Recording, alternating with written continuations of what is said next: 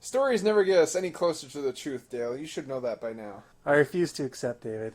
So, to that end, I'm going to tell a story to kick off this podcast. Meaningless It's a real short story. In fact, it could almost be proposition. an Except anecdote. No, something not. shorter. An anecdote is still a story. That's why we don't accept anecdotal evidence. It could be a story. It could be a story with no proper ending. That just makes it a bad story. No, maybe it's just not following props. Whatever Props formulas morphology. of the common fairy tale. Okay. Boy, now we've argued about the story so much I forgot what story it was. Doesn't matter, Dale, because it's false anyways. No, this is 100% factually true. This is a true With the story. exception that I'm going to change the wording a little bit because I won't remember it properly. Okay. Oh. Okay. No, this is just a complaint, not even a story. The idea. Okay. Well, complaints are okay. Okay. So here's the complaint. If God is real and doesn't want me to burn forever, or go to hell, he should simply talk with a really, really loud voice, so loud that everybody in the world can hear, and tell us exactly what we're supposed to do in order to do what he wants us to do. Because right now, as things stand, we can't believe the Bible, or we can't accept the Bible because we don't have enough evidence. But if God was really wanted us to do what he wanted to do, he would give us evidence. It could just be that he doesn't care. He really just wants us all to go to hell. Now you're just being No, it's a legitimate... obstreperous. No, it is legitimate. Obstreperous. Can you spell that? No, but it's a word that I've had thrown at me a few times. So mostly by my parents. What does it mean? Not really sure, but they use it in that context. That's great, Dale. Okay, but the question underlying this is why can't we simply have a clearly defined truth and a clearly defined list of requirements that we have to follow? Why can't the truth be simple, clear cut? Why do we not? Why doesn't God give us a 6-page outline of the basic tenets of reality and all that is necessary to know life, the universe, and everything? Yeah, and then say, Like Douglas this is the Adams. truth, walk ye in it, or Yeah. so why? Why is Christianity so complicated?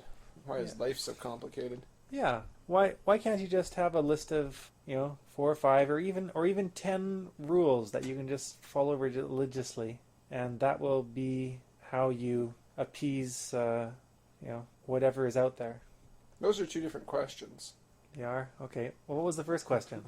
First question is, why don't we have truth? The second question is, why isn't truth come in a format that is easily applied, like IKEA instructions that nobody reads? Okay, well, I kind of link them together. I mean, if we had truth, I think that the answer links them. Side note: I spelt obstreperous correctly the first time and looked it up, and it means noisy and difficult to control. Okay, so it was a proper use then. I wasn't being noisy.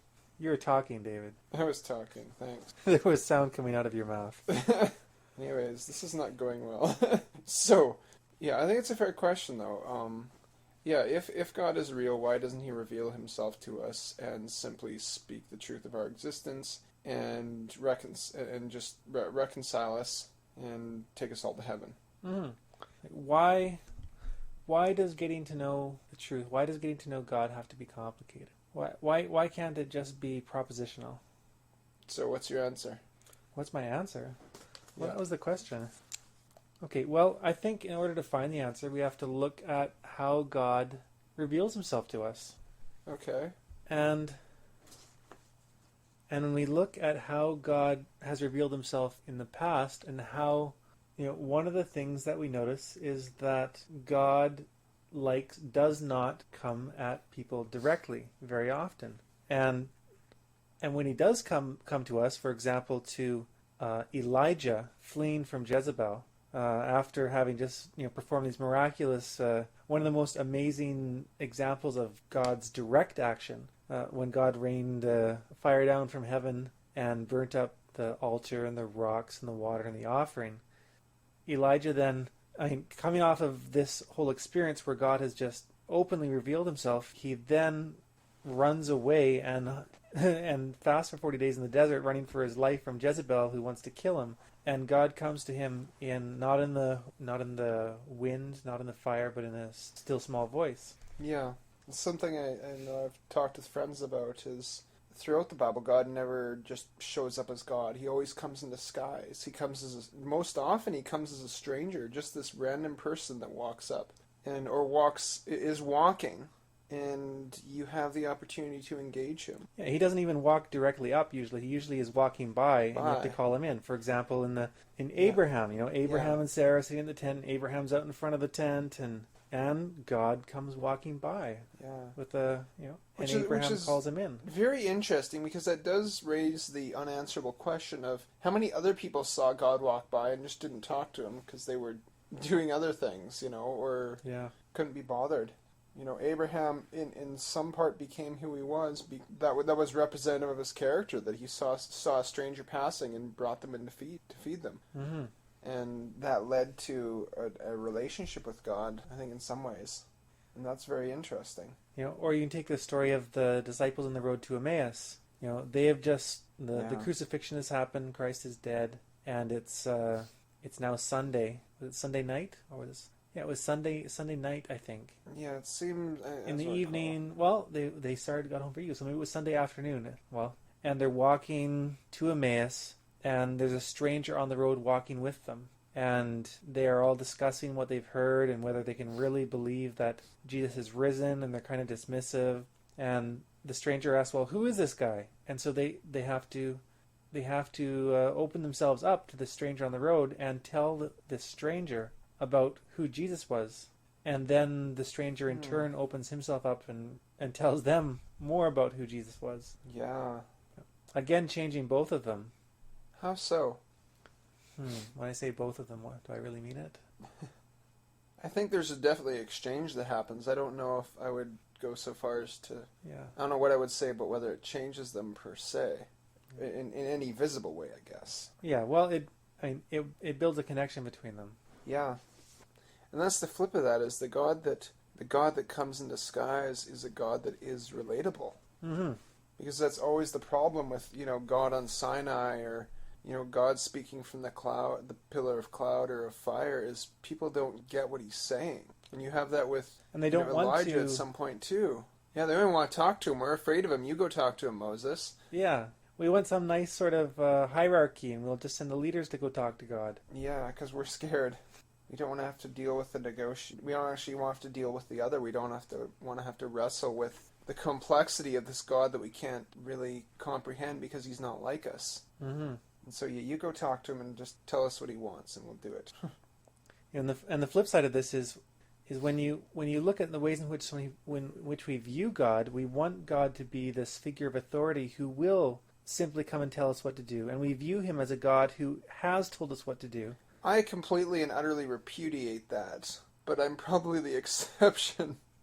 Yeah, well, I'm not arguing about you as an individual, but I mean, so often and yet I would I should say it's something I've been thinking about lately. Is I think at some level, I do aspire to that. Not to have someone tell me what to do, but because to have someone make the decisions that God has given me the responsibility for, because that's easier than taking responsibility, or assuming responsibility, or claiming responsibility. Because if God tells you to do it, then, well, he's really responsible for it, and it's going to go, what happens is up to him, and as opposed to me.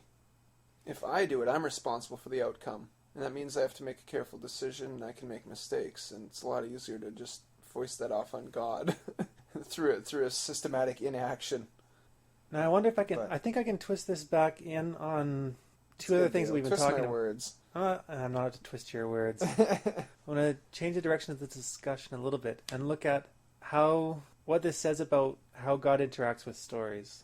Well, how God interacts with us. Well, yeah. I think. Well, how God interacts with us then. I think what's at stake in that, something I talked about in my thesis, is the problem of intelligibility. Mm-hmm.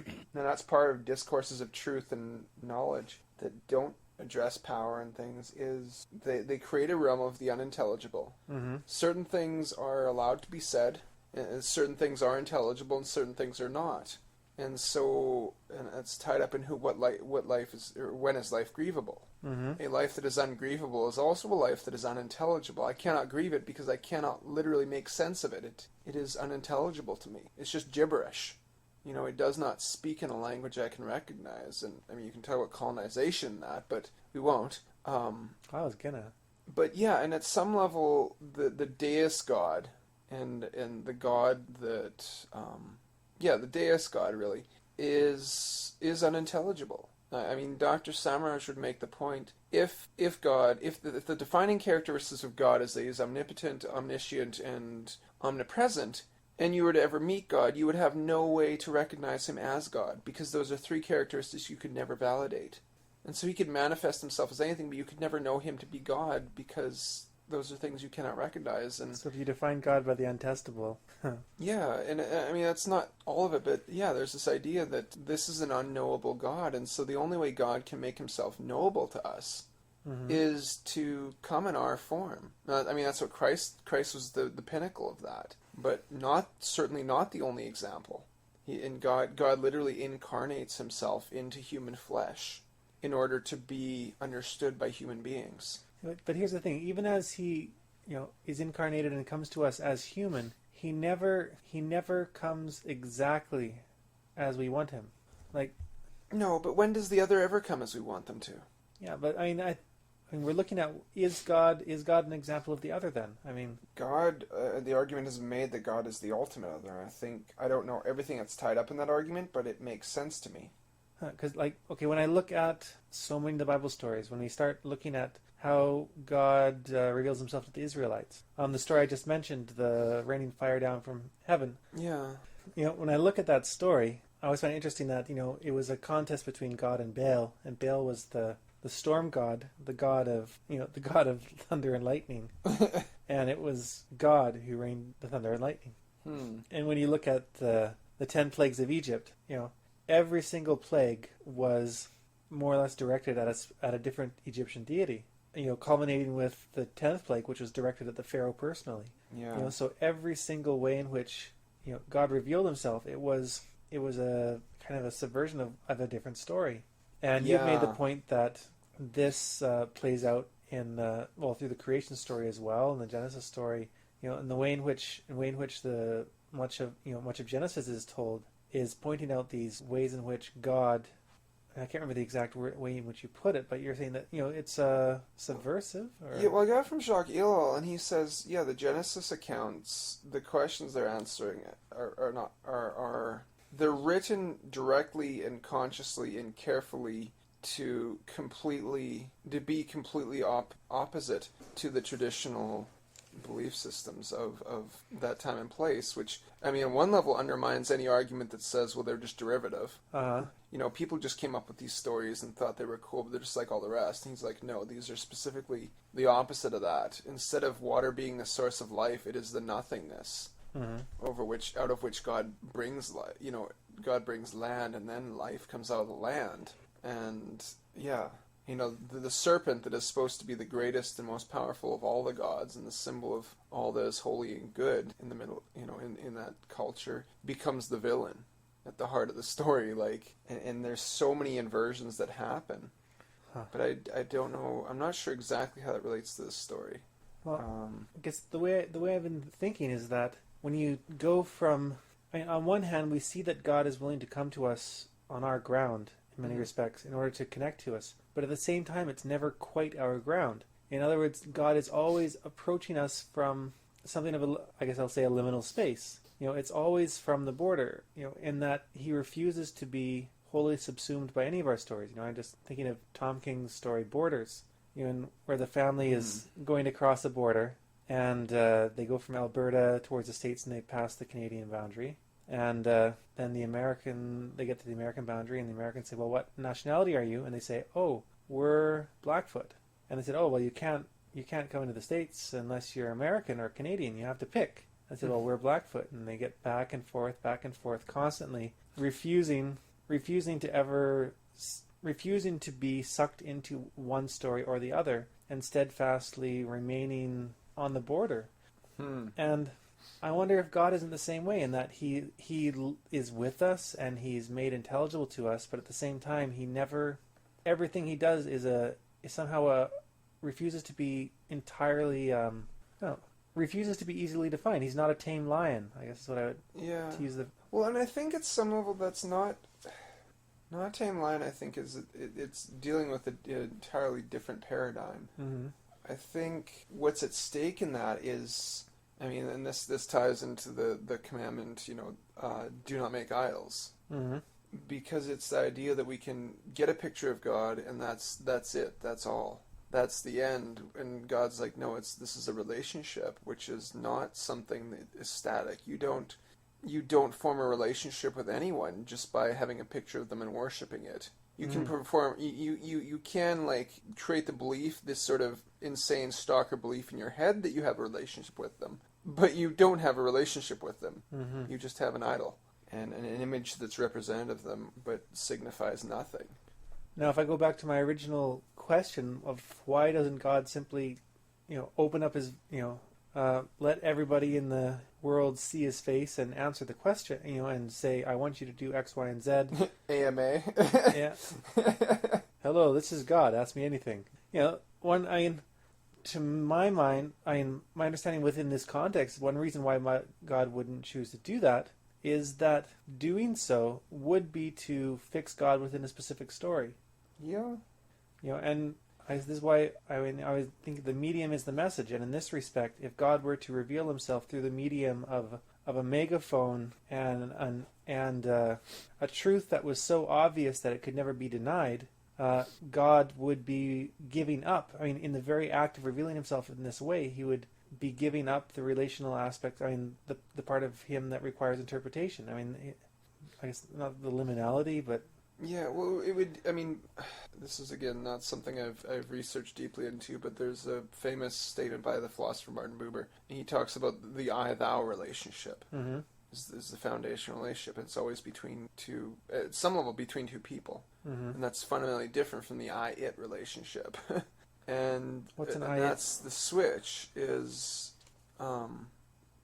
God as a person versus God as an object, something that is static and unchanging and can be and is apprehended in a fundamentally different way than another being who also apprehends you. I talked about this in the end of my chapter on the sacrament, that the act of communion is the act of consuming. Peter Zosky's book? Yeah. It's both consuming and being consumed. That's what it means to love. Mm-hmm. It goes both ways, and you don't have that with an object. So again, then another result of God revealing himself in a way that created an absolute would be to deprive God of the ability to relate. If God were to reveal himself in a way that was, concrete in the way that which people seem, often demand, that would turn God into an it rather than into a... He would, and that's the catch. At that point, he would cease to be a being. He would become an impersonal force, mm-hmm. and that's not what he is. But that's what makes it so complicated. I guess, part of it for me is I come at this from the entirely opposite direction. What's that? The relationality aspect is interesting to me, but what intrigues me more is the problematic of God speaking truth. Mm-hmm. Because, we talked about language and the problem of language and how language is tied up in stories and culture. And it's, at some level, it's not a pure method of communication. Mm-hmm. That's the whole problem, of connotation and political correctness and all these things. We cannot control language. We cannot control the meaning it carries entirely. We speak, and our words can have our words can be understood in ways that we cannot control. We try to speak clearly to minimize the slippage, but really we can't control it. And anyways, what language would God speak if you were to speak the truth? Spanish. But if you were to speak Spanish, then Armenian. what does that mean for everybody else? And why would you pick Spanish? And at some level, it'd be like Pentecost. Every year would hear them in their own language. Either God speaks in his own language, mm-hmm. but then everybody would hear something different. Yes, they hear the same thing, but there's this problem that languages are not commensurable. Mm-hmm. You can't simply say the same. You can't always say the same things in different languages. Well, because every word in every language is tied in with a system of meaning resulting from the stories of that language. So for God to reveal himself to people in one language, it has to be contextualized within that system of meaning. Which means at some level, it's already... this is a value-laden word, and yet I use it almost ironically, it becomes adulterated. I mean, you have that classic Christian trope of, well, if it's, even 99% truth and 1% falsehood, it's all bad. Even 1% poison in the water is enough to kill you, which is a totally faulty analogy, because there is no pure truth. I mean, you could go the Carl Sagan route and say, well, God, the pure language of communication is mathematics. But mathematics tells us nothing about how to live or how to relate to each other, which seems to be what God is most concerned with. Mm-hmm. And it takes us somewhere else. But if God is to speak to us, he has to speak to us in language we can understand. And we do this with kids. We don't speak to kids as we would speak. I have 3 college degrees, and I recognize that most adults can't understand half the things I say. Yeah, I can't when I understand speak half the from things you academia. So to talk to a child, I have to incredibly, at some level, I actually alter what I say. Mm-hmm. Because changing the words alters what I say and leaves out so much of the meaning. And what is God to do? I'm just this small human, and the difference between me and you or me and a child is so small compared to the difference between God and us. How is God to speak the truth of the infinite truth of an infinite universe into a finite space and time? He uses a human language, and using a human language, things get complicated. And this isn't to say that the Bible is like just lies or something. Well, this is funny because it's to say that it's not the bearer of a perfect truth, or perfect knowledge, rather. It's the bearer of a perfect relational knowledge. You just gave me a totally different way of viewing the Bible related to. Okay, I'm working on today. I'm working on an intro, kind of a quick start guide to using Elan transcription. Okay. So we have a manual, and then I'm gonna do an initial walkthrough. So with the Bible, we have the whole Bible as the manual, and the Gospels as the walkthrough. What do you mean? I mean, okay, I was thinking about Revelation. We have the you could say we have the law as a revelation of God's character. Yeah. And then we have the life of Christ as a revelation of God's character. Okay. And they're 2 different styles of presentation. Yes. Okay. And you could say the life of Christ is equivalent to the quick start guide, whereas the law is more like the appendices, and to some extent. I mean, I like the walkthrough versus the manual, actually, I think is better. Because there's a sense where, people are like, we have the law, that's all we need, and they didn't get how to live it. And at some level, that's what Jesus demonstrated, is this is what living the law looks like. Mm-hmm. It's not about your insane millions of rules. It's about an orientation toward God and toward each other that is loving, and recognizes and protects the other, and recognizes vulnerability, shared vulnerability, and I'm really not sure what's left to say with this. We started talking about the way God doesn't come the way that God doesn't come as we expect him. Mm-hmm. He always comes in disguise, and I don't know if you have anything else to say about that. I think so much of that is that God comes in a way that's intelligible. I guess that's something else we could add into this. Is Colin Griffith's sermon that we heard when we were in Burnaby about a month ago, I guess. Talking about Jericho, because you look at the Old Testament, that's one of the other arguments that goes with this. Well, if God was real, or if God was loving, or if God was whatever, pick your definable characteristic, he wouldn't have done, if he was X, he wouldn't have done Y. And often the Old Testament, well, if he was loving, he couldn't possibly have been so violent as he is in the Old Testament. And Colin looks at Jericho and he's like, this is about incarnation.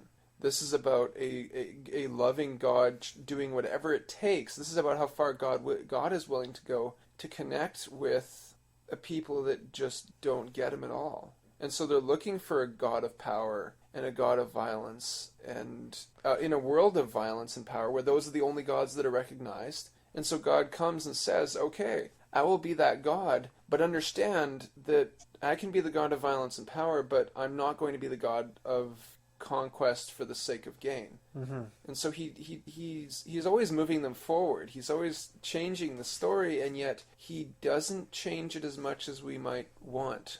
Mm-hmm. Or might, want isn't the word as much, but at some level that's sort of, we seem to have this idea that, well, God should just come and set everything to rights and just tell us the story, and that'll be the end of the discussion. God should just jump right to the conclusion. Yeah. Cut all this crap in the middle. And that's exactly missing the point. Because it's not transport. You can't go from point A to point B. It's about the journey, and the journey is what is literally is what it's about, and what the gospel's about. It's about journeying. It's not about point A and point B. Mm-hmm. Yeah, so God comes in a way that is not always obvious. Yeah, he pretty much never announces himself, and yet he's always recognized by those who are looking. Mm-hmm. Which is interesting because I forget how many times it was. It's something like 70 or 80 times. No, that's the number I remember, but it might have been something totally different. Time after time after time in the Bible, it says, be kind to strangers. Yeah. That's one of the most commonly repeated mantras in the Old Testament. Is how important it is to treat strangers well. When we talk about the sins of Sodom and Gomorrah wasn't what they did to each other. It was what they did. It wasn't sodomy. It wasn't sodomy. Yeah, the sin of Sodom and Gomorrah was not sodomy. It was the fact that they were not kind to strangers. Yeah. Yeah, and this was the horror, is that they completely rejected. They refused to interact with the other at all. Somebody who was different from them was not human, and anything could be done to them in a way that somehow an object be exploited for personal pleasure, personal gain. Yeah, and that's, I can't remember what it is. I think it's like Isaiah, but it may just as well be New Testament, where it talks about. And now I just lost the text. Oh crap. These things have come upon you because you did not recognize the hour of your visitation. You didn't know God when he was among you. You didn't respond to the stranger at some level, because God is always a stranger. You didn't respond to the stranger, and that's why you're in trouble. I mean, you look at Sodom and Gomorrah, at some level, what God does is he goes down to visit the city. Well, the angels go down to visit the city to literally meet with the people. And you have the possibility there of two different stories. One where they welcome and greet, and there is no more need for destruction. Just like with Nineveh, where they're like, okay, we'll repent, no problem. And then there's the story that happens where they try to rape them. This those are polar opposites. It's, I can give to you or I can take from you. Yeah, but I think my takeaway from this is that God is always both. I mean, he does everything that he can to connect to us, to be intelligible to us. Yet at the same time, he never allows himself to be wholly subsumed into what we think he is. Yeah, he never gives himself up to our stories. So he is that liminal space. He exists in it. Yeah. He's a liminal character. Yeah. Even as he is both, fully... I still contend that's essentially what any othering is about, or any relationship is, because you never know another person the same as you know yourself. Oh. There's always, I don't remember who talks about so if I the say, question of the other. Okay, that's interesting, because in other words, okay, that makes sense when people say as soon as you claim to know somebody, you really don't. Within that context, that makes sense then, because as soon as I believe that I fully understand somebody and they are now an understood part of my story, then they're literally you. Then they are no longer something to relate to, and they're no longer themselves. Yeah. Well, they're no longer separate from me either. Yeah. And they're no longer something that has to be dealt. They're no longer something that has to be wrestled with. That has to be. Yeah. Oh, now I feel like I could probably get something out of looking at Jacob wrestling with God and go from there. Well, there's no longer a contest, because that's appropriation. That's the whole talk about appropriation. There's a point where you can redeploy a story that isn't your own into a new way, but there's also a problem. But there's a problem when you take that story and say, this is my story, and there never was any other story but my story. Oh, okay. So appropriation then is again an attempt to get rid of the idea. I mean, to take what used to be an other and simply make it a part of me in a way that stops me from having to contest meanings with the other. Yeah, I don't have to acknowledge them because they are already part of me, and that's the brilliance of the Roman project. That's what the Romans did. Everywhere they went, they said, okay, your stories are our stories. This is where they fit. Now you are one of us. And you no longer have a nation. And that's, I mean, that ties into some complicated things, but that's something Jacques Ellul says. It ties into early Is modern anthropology as well. You go along, so much of the, even linguistics, you'd say you go to a new culture and you say, wow, your stories have similarities to my stories, therefore they are the same stories. Your action has similarities to my culture, therefore the actions of my culture, therefore they are the same actions. And, we have these commonalities, therefore you are the same as me. Yeah. And there's a point for saying we have similarities. Yeah. But yeah, it becomes problematic when you say there is no distinction between us. When you use those similarities as a way to avoid having to wrestle with our differences. Yeah. Huh. And that is then the idol, and it's literally, you instate yourself as the idol then. Yeah. Well then as a conclusion, what would be your answer to, you've kind of linked treating you've linked this into idolatry. Like, how have you done that again? In terms of idolatry, both fixes the other, it first fixes the other and then erases the other. And I don't know if it's always necessarily does both, but both actions effectively. Yeah, I guess it does. Fixing the other, turning the other into a concrete object, always makes the other controllable, and it makes the other cease to be an other. It makes it no longer external to you, but an extension of yourself, and literally reinstates yourself as the center of the life, the universe, and everything. Huh. Which is an unlivable position. So the commandment to have no other gods before, or against idolatry in some respects, prohibits us from ever fixing who we are. Not fixing who we are, but fixing ourselves. That's a whole nother ass. I think you can make that argument. It's very complex and nuanced, but at some level, yeah. Because if there is no other I cannot be changed by it. Yeah. My life is static, and I am God, but I am a static, unchanging God. Mm-hmm. And in some ways, then I am a dead God, and I am the dead God I worship. I am the idol. Yeah. I am the stone face that I bow before, and yeah. Wow, I think this is a good place to stop. But now I have so many more ideas I have to think through. Did you off that now? Yeah.